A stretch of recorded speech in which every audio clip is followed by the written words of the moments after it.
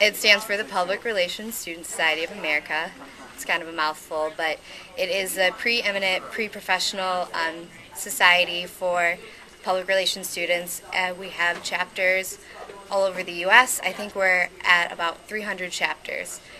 Well, by having it on your resume, it looks great, but it's not about just being a member. It's about being an active member. It's about taking advantage of all the opportunities to network with the parent chapter. We get a lot of internships here first.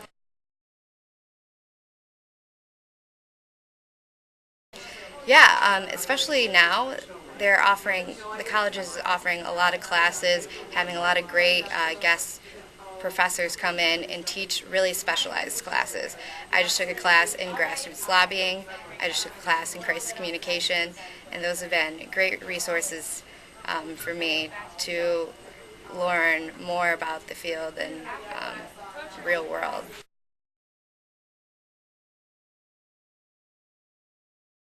My advice for MSU PR students, I'll say it countless times, join PRSSA, but become an active member. Get to know the e-board and volunteer for everything you can, because that's the best way to guarantee a leadership position in the years to come. Also get to know your PR teachers. Any of your teachers are great for letters of recommendation. Find a mentor.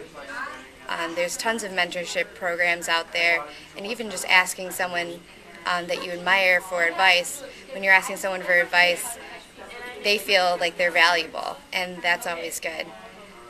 Also, utilize social media, because that's what our generation is known for, is knowing those tools and having those skills that some of the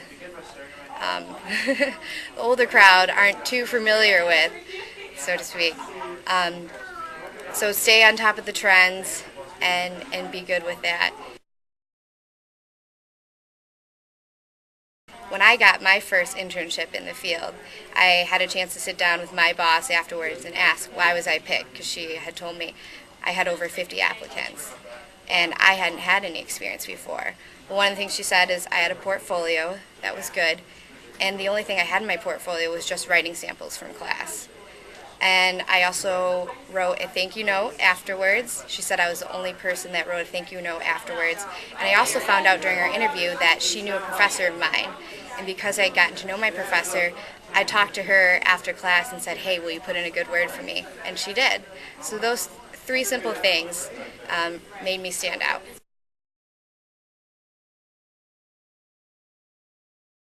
Just be proactive with everything that you do, and don't be intimidated.